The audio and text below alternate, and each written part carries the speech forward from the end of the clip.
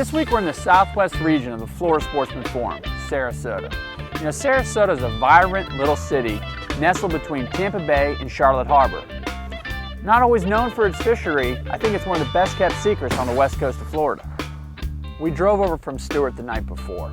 You know, about a 3-hour drive north of the lake, straight across, not a bad drive at all. We arrived into town, we met up with Blake Stone, aka Lost Forever, at the local watering hole, the Siesta Key Oyster Bar, also known to the locals as the Scob. The next morning, our first stop was the Seabees Bait and Tackle. After talking with Blake and formulating a plan the night before, I realized we were missing some tackle. After picking up those last-minute items, we headed downtown to launch the Triton at the 10th Street boat ramp.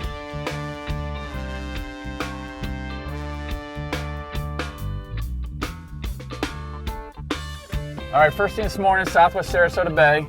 Blake, you've been out here, you've been doing a bunch of tournaments, you've been doing some research and development, as I call it, in between. We brought Abby out. She's one of your head of R&D department. She is. She comes along with you? She comes along for the ride. All right, so we're gonna do a little research and development for maybe some of your tournaments coming up. What have you been doing? I've been fishing everywhere from Tampa to Charlotte Harbor, pre-fishing for some of the IFA tournaments and the elite redfish tournaments coming up. And got a foggy morning today. Kind of a slow tide coming in all morning, and hopefully we can get out there and find some redfish. Blake is a Sarasota native. You know, this kid grew up fishing and surfing in this area. He was explaining to me that this time of the year, the redfish really make up a big part of the inshore fishery. We're up on Long Bar. We're trying to catch some redfish, hopefully. But we're probably in 2 feet of water now, and there's like scattered sand holes all through here with turtle grass mixed in. Hopefully catch some trout. Look at that right down there. See that big old push? Is that a red? Could be. No, it's duck. We got a nice south wind. Long Bar runs south to north. So we're just gonna motor into the right water depth and hopefully just drift the flat along here, try to be quiet and pick up some fish along the way. We busted the Rapala skidder walks out first thing in the morning because these conditions are perfect for topwater plugs. Now will those school up? Is trout? This is probably a trout. Yeah, they hang together. You just find the right areas that they're sitting in, the sand holes and stuff.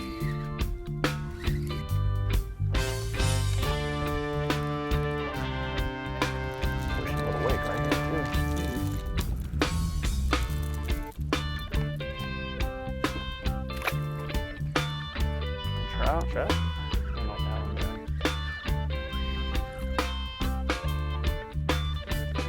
Who's that?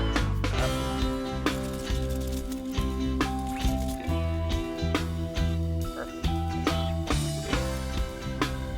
So,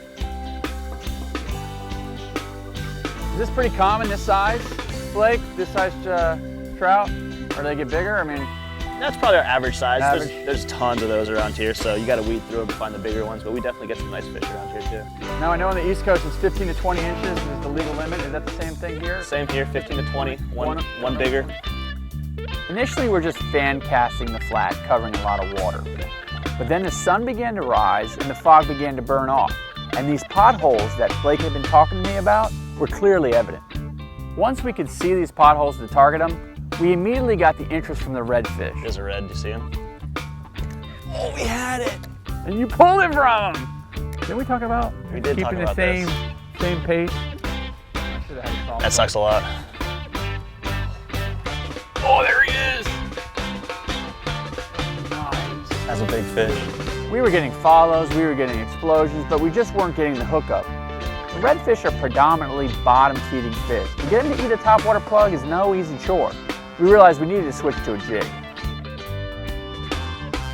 We had a couple big blow-ups on the top water, but hopefully we can get one to stick on the jig.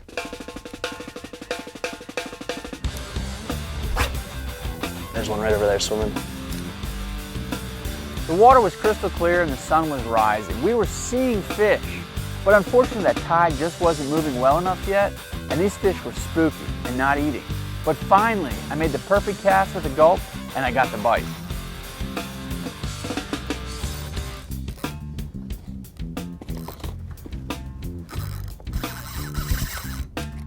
These fish have been working us here. We've been trying, scooting down this flat. Blake tried to get out and wade to them. I just got lucky and cast the jig up on a shallow flat there. We're really skinny right now too. Yeah, it is super skinny. Clear water. This is a tough bite right now. What'd you get him on, George? Gulp shrimp, 3-inch gulp shrimp and white.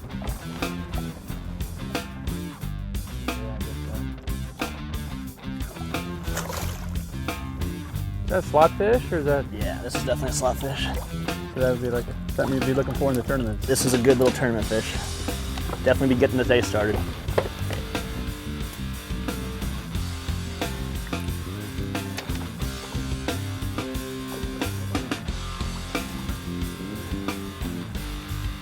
Right past it.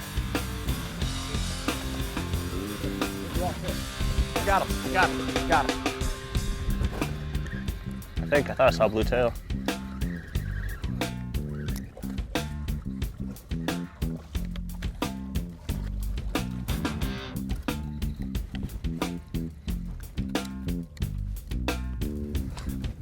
Sure. A lot bigger fish in here that we've seen. We were really working for the bite, and we realized that maybe the best thing to do was take a break, head over to New Pass Grill, have some lunch, and give the tide some time to start moving. New Pass Grill is a great little tackle store right on the water that serves food. You know, I couldn't have thought of a better place to stop, pass some time, and wait for that tide flow to increase.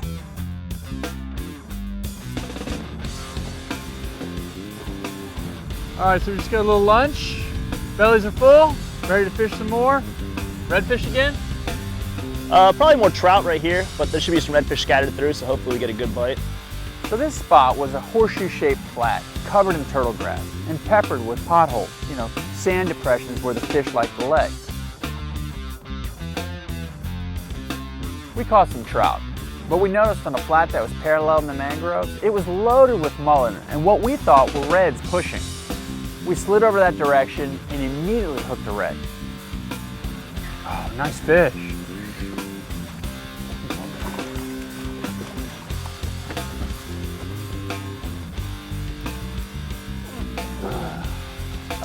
Yeah. All right.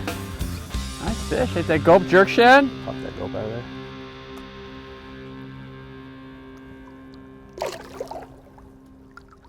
Yep. Good job, man. Nice red. Ate that gulp shrimp. Is that what you ate? Yep.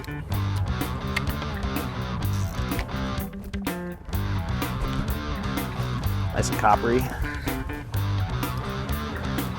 Yeah, that one looked a little bit better on the weigh scale. Yeah, that's a little thicker fish right there.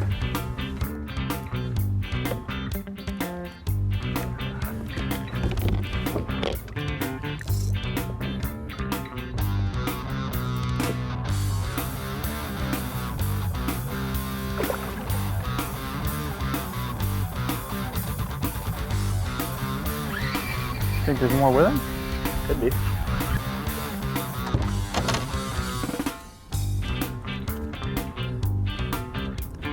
Nice little fish you got there.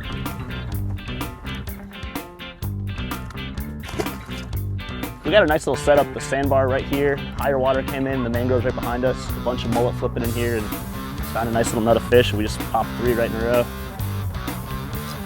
Oh. I hope I have a house to go to when I go home. That's not a cloud, that's smoke. Well, it's weird because is that a cloud behind it? I hope. I hope, yeah. Otherwise I think that's a big cloud behind it. Yeah. But It looks like Hiroshima. I mean, yeah, I love you I've seen guys. this, This made me laugh.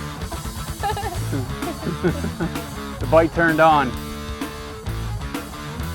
They're just mixed in with all these mullet. We found this flat here that's running parallel to the shore, and it's kind of funneled them down, and they're just sitting in here with the mullet. Mine, of course. Did you switch to the shrimp or the shad still? I know, I switched to the shrimp. As soon as I switched to the shrimp, and sometimes it's just as simple as that, as changing your bait up. Maybe that was the key. Switched over to molten shrimp, 3-inch molten gulp shrimp. I mean, this is incredible. Sight cast, has to be my favorite. I think most people's favorite. When you can see what you're targeting and cast to it. There's one right there. I didn't see one. Apparently this is a very tide-dependent fishery. You know, coming from the Stewart area, I'm more used to every 6 hours the tide changes religiously. Talking with Blake, I realized how complex these Sarasota tides are. You know, he had looked at the tide chart that morning and said the best bite was going to occur in the afternoon. Man, exactly what he said was going to happen happened. Big fish! That was really cool to eat, George. Oh my God.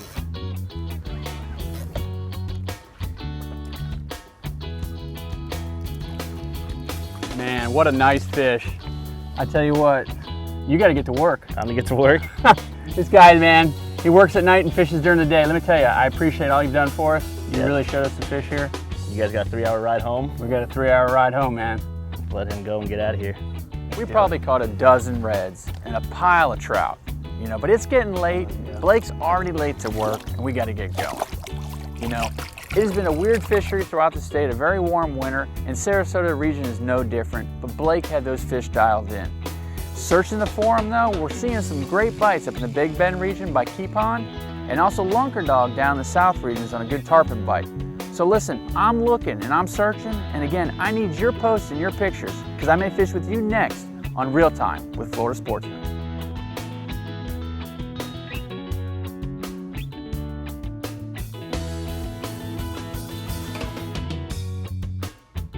Yeah, looking at the wall, it's 4:40 right now. Blake, what time are you supposed to be at work tonight? Should be working at 5.